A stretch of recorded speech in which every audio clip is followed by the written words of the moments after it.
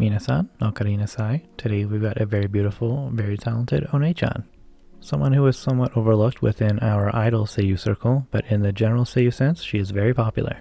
Risa Taneda, born July 12, 1988 in Tokyo, with the Office Osawa Agency. In the 7th grade, Risa first learned about voice acting and became interested in it after listening to radio programs hosted by seiyuu. And at the same time, she was also very interested in the world of Harry Potter, saying that one day she wants to play in the series. Then in middle school, she started practicing every day to one day fulfill her dreams. In 2007, she went to a university in Tokyo. She majored in design and later graduated with a bachelor degree of arts. She also even holds a certification to be a middle school art teacher. While she was in university, Miss Risa began to intern at the voice acting agency Office Osawa, working as a radio assistant for 10 months and then was successfully converted to an affiliated voice actress after an audition. Now, I sometimes mention how the girls have big voiceover resumes, and not only does Risa have this, but a lot of her characters are actually very popular in very popular series. One of which being in the top 100 characters on my anime list, then Risa herself being in the top 100 seiyuu. But more on that later. Let's get into her career first. In 2011, she made her voice acting debut as a narrator in the singular episode show Sakura no Ondo. In 2012, Taneda voiced her very first title character, Saki Watanabe, in the anime series From the New World. She also performed the ending theme Varate Ringo and hosted a mini television program, The Chronicle of From the New World on TV Asahi. Although this was her first main role and one of her first roles overall, Risa demonstrated very impressive voice acting skills and played the 3 different ages of Saki very well throughout the series. This year, she also had some smaller stuff like Yuka's little brother in the AKB anime adaptation, Asami Oikawa in Say I Love You, and Midori Ueno in Tari Tari. 2013, she had a main role of Aya Komichi in the anime Kiniro Mosaic. The cast of the series would later form the 6-member seiyuu unit Rodanthe, having other successful seiyuu like Naoto Toyama and Ai Kasua. If you haven't seen this series, well, you've probably seen this meme before.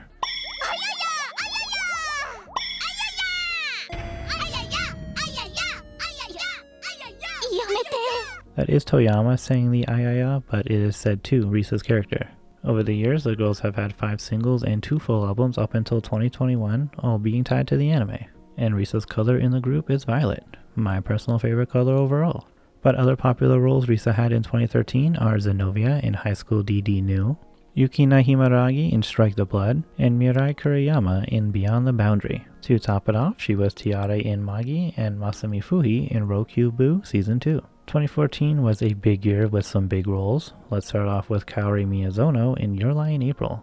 Very iconic. But we've also got Rize Teresa in Is This the Order of the Rabbit, and Mayu in the Selector We Cross series. She also had some minor stuff like Sene and Chika in Log Horizon 2, the Queen in No Game No Life, who was actually an anime exclusive character, and Sayumi Takanashi in When Supernatural Battles Become Commonplace. I guess I'll also mention Brynhilder in the Darkness as Neko Kuroha. 2015 is another big year, with a bunch of second seasons of shows that I just mentioned, but also voicing Erina in Food Wars, Riviera in Danmachi, Rory Mercury in Gate, and Ai Hibiki in Rolling Girls. Then some smaller things like Yuri Floster in Sky Wizards Academy, and Matome Nishikujo in Ultimate Otaku Teacher. Then over in Kantai Collection, as with all the big name seiyuu, she has multiple roles, Nachi, Haguro, and Ashigara. This was actually the year I started watching anime seasonally, and I watched every single series that she was in this year. And I think that's awesome. I love finding out that I've been a fan of someone for so long, but I just never knew their name.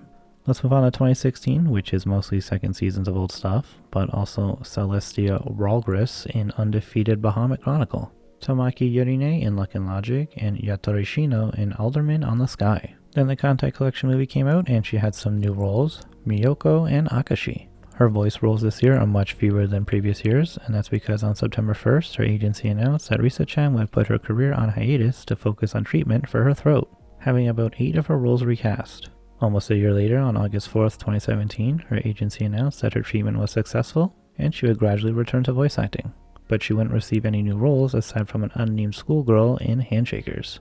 That is until 2018, where she just jumped right back into voicing in a bunch of popular shows, like Yui in the Junji Ito collection, Kagari Jujo in Katana Maidens, Teresa in Release of Spice, which is kind of an odd but a wicked show, and actually having a role in a children's series that just won't die, that being Beyblade, specifically Beyblade Burst, voicing the little cutie Asana Akaishi. This year would also helm a role that made me start to pay attention to her career, voicing Ai Mizuno in Zombieland Saga, later performing in live action as a character during concerts. Now, because of this taking up a lot of her time and her not wanting to strain her voice again, she has been taking less anime roles. So let's breeze through the next few years.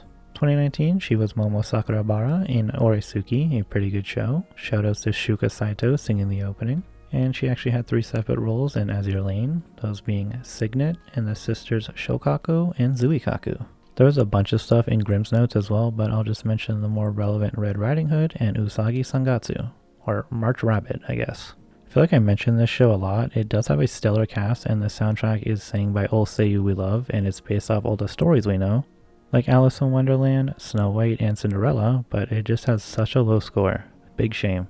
Anyway, in 2020, she was in the Princess Connect Redive anime as Yui Kusano, and a second season of It's Just the Order of the Rabbit. 2021, more second seasons for Zombieland Saga and Azure Lane, and that's about it. Like I said, she's been taking it easy since her surgery. But last year of 2022, Girls' Frontline, she was the classic machine gun MG3, Kuon in Utawari Rumono, and Meteorite in Arknights, all 3 of these being based off of video games. This year was also what was labeled as the graduation live for her unit Rodanthe, though it was never fully said if they are disbanded. However, I would assume they are since the anime is also finished.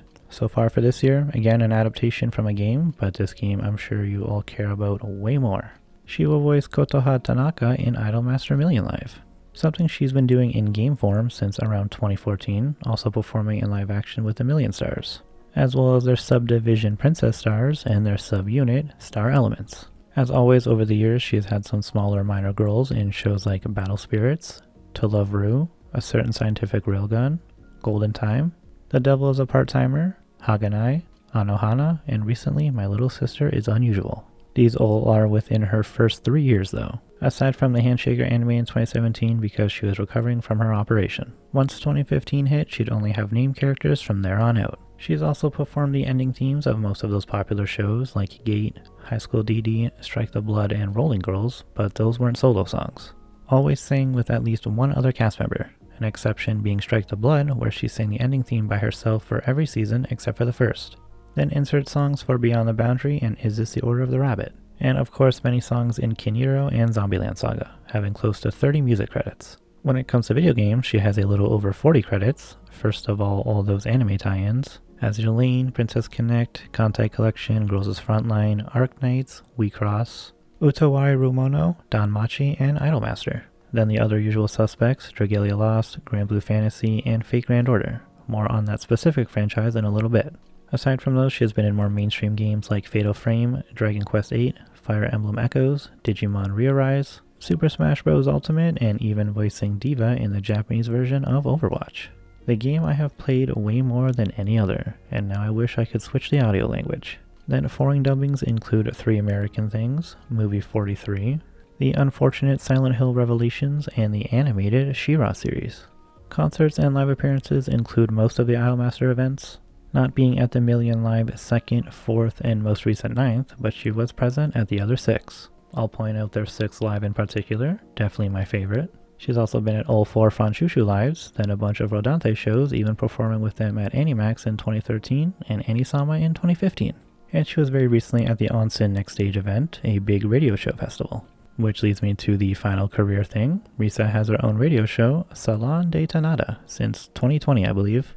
So now let's get some fun facts about this extremely beautiful, talented lady. She is 153 centimeters or 5 foot even. On social media, she only has Instagram, but is fairly active on it. I actually always see her being one of the first likes on another seiyu's photo, and I find that really cute. Her favorite foods are Japanese-style umeboshi, meat, and anything matcha flavored. She likes to sing and dance, big shocker, I know, and in her spare time, she likes to read manga, watch anime or documentaries, and play video games. She describes herself as someone who overthinks a lot, to the point where she used to lay in bed at night and have scenarios in her head of failing, and it would make her very upset, even giving her some anxiety and depression. Something I think we can all relate to. To help her combat this problem, she would watch her favorite singers and actors doing live performances. Again, something I think we can all relate to. Her favorite color is blue, and oddly enough, many of her popular characters have blue featured somewhere on their character, whether that be in their hair or outfit. They also usually have purple, which again is my favorite color, so hell yeah. During one of the Franchouchou lives, she got really sweaty, so she took off one of her gloves to air out her hand, but when she went back on stage, she forgot to put it back on. And so she decided to take off the other one too, and to throw it in the air like a bouquet of flowers. Fellow members Kaede and Asami noticed a white object flying in the air during the song and were very confused. I think one of them said they briefly thought it was a dove flying around. Cute. Sticking with Franchouchou, August 4th was the day that Risa announced that she was returning to voice acting after overcoming her illness, which is ironic because that was the day her character in Zombieland Saga had died. And the penultimate fact also relates to her hiatus. She was the original voice for MASH in the Fate series. This was in the game, and when the anime came around, Rie Takahashi was the voice of the character. When Risa came back into voice acting, she received online harassment from a Twitter user because of the possibility that Risa could take back her own role of MASH from Rie. And this Rie fan just wasn't having it, posting actual death threats about Taneda-san. I know I say nice things about the girls all the time, but Risa in my eyes is like peak, sweet, kind, gentle One-san. I don't know how anyone can be so psychotic towards her, but I mean, I guess I do, since people online, especially Twitter, are crazy. But man, that is just sad to see. And the worst part is that there was no announcement or anything, the dude just thought Risa might take over, which she didn't. Rie has still been the voice of MASH ever since 2016. So to end on a happier note, the anime tracking website MyAnimeList has a ranking of most popular people on the website, including seiyus of all languages, also authors, illustrators, and music-related people. Out of all the people on the website, Risa is at rank 84th, and her character Kaori is placed at 60th for the top 100 characters. And with that, we have reached the ending. Thank you so much for watching. I've been a fan of hers for a while now, but I didn't realize I had been listening to her voice basically since I started watching anime religiously. Wish I got to see her at more big events. Her group Franchouchou really is one of my favorites, and if they were more active, I would confidently place them in my top 10 groups. Highly recommend checking them out. Thank you so much for watching. I hope you've enjoyed and learned something new. Please join me in the next one about the eldest sister in the Love Live franchise. As always, I look forward to seeing you there.